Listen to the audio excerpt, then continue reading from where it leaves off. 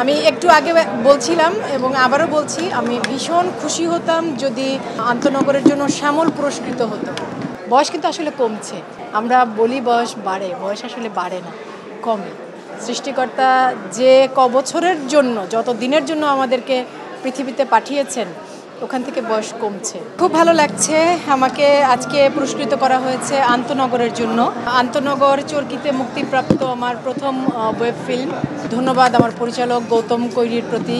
আন্তনগর আসলে এবছর আমার জন্য অনেক অনেক ভালোবাসা, সম্মান, স্বীকৃতি, পুরস্কার বয়ে নিয়ে এসেছে। আন্তনগরের জন্য আমি চরকির বেস্ট অ্যাক্ট্রেস নমিনেশন পেয়েছি, সিজেএফবির বেস্ট অ্যাক্ট্রেস নমিনেশন পেয়েছি এবং এটা এই বছর আন্তনগরের জন্য আমার চতুর্থ পুরস্কার।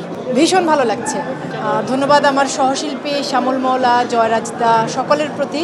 আমি একটু আগে বলছিলাম এবং আবারও বলছি, আমি ভীষণ খুশি হতাম যদি আন্তনগরের জন্য শ্যামল পুরস্কৃত হতো। কারণ আন্তনগরের ওর চরিত্রটা ছিল সিএনজি চালক। টানা শুটিংয়ের সময়টা সিএনজি চালাতে চালাতে বেচারার হাতে ফোসকা পড়ে গিয়েছিল। আমরা আসলে দর্শকরা পর্দায় কাজটা দেখি, কিন্তু সেই কাজটার পেছনে শিল্পীদের, অভিনেতা অভিনেত্রীদের যেই শ্রমটা থাকে সেটা তো আর পর্দায় দেখা যায় না। আমরা যারা টিমে কাজ করি তারা জানি। আমার খুব ভালো লাগতো, খুব ভালো অভিনয় করেছিল শ্যামল আন্তনগরে। আমি খুব খুশি হতাম যদি বেস্ট অ্যাক্টর হিসেবে শ্যামলও পুরস্কৃত হতো, আমার পরিচালক গৌতম কৈরি পুরস্কৃত হতেন, আমার খুব ভালো লাগতো। ধন্যবাদ আমার টিমের সবার প্রতি, ধন্যবাদ। সামনে আপু 3টা সিনেমার শুটিং শেষ হয়ে আছে। বলেছি এর মধ্যে অনেকবার, আবারও বলছি, কৌশিক শঙ্কর দাসের দাফন, মাসুদ পথিকের বক এবং জাহিদ হোসেনের লীলামন্থন। তো এই সিনেমাগুলোর শুটিং শেষ, এখন সম্পাদনার পর মুক্তির অপেক্ষায়। পরিচালক প্রযোজকরা ভালো বলতে পারবেন যে কবে মুক্তি প্রেক্ষাগৃহে পাবে। আর এর মধ্যে ঢাকা আন্তর্জাতিক চলচ্চিত্র উৎসবে আমার একটি সিনেমার প্রদর্শনী হয়েছে, প্রিমিয়ার হয়েছে, নীলপদ্ম, তৌফিক এলাহির সিনেমা। আপনারা জানেন সবাই। খুব ভালো দর্শকের ভালোবাসা, প্রতিক্রিয়া, আপনাদের খুব ভালো সাড়া পেয়েছি নীলপদ্ম সিনেমাটার জন্য।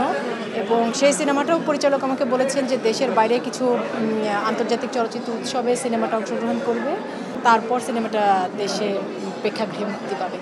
আর এর মধ্যে 2টো ওয়েব সিরিজ মুক্তি পাবার সম্ভাবনা আছে। একটি অমিতাভ রেজা চৌধুরীর পরিচালনায় বোহেমিয়ান ঘোড়া, যেটি হইচইয়ের জন্য নির্মিত, খুব কাছাকাছি সময়ে সেটি মুক্তি পাবে। আর একটি শাহরিয়ার নাজিম জয়ের নির্মাণ পাপ কাহিনী, যেটি আই স্ক্রিনের জন্য নির্মিত। মানে এই প্রতিটি কাজেরই শুটিং শেষ, শুধু মুক্তির অপেক্ষায়। নতুন আরও 2টো সিনেমার ব্যাপারে কথাবার্তা চলছে। চুক্তিবদ্ধ হই, একটিতে চুক্তিবদ্ধ হয়েছি, মানে ওর টিম থেকে আসলে আপনাদেরকে জানানো হবে, তখন অফিসিয়ালি জানতে পারবে। বয়স কিন্তু কোনো নাম্বার না, বয়স হচ্ছে কমার নাম্বার। উপরওয়ালা একটা সংখ্যা দিয়ে পাঠিয়েছেন, তিনিই জানেন সেই সংখ্যাটা কত, ওখান থেকে কিন্তু কমছে।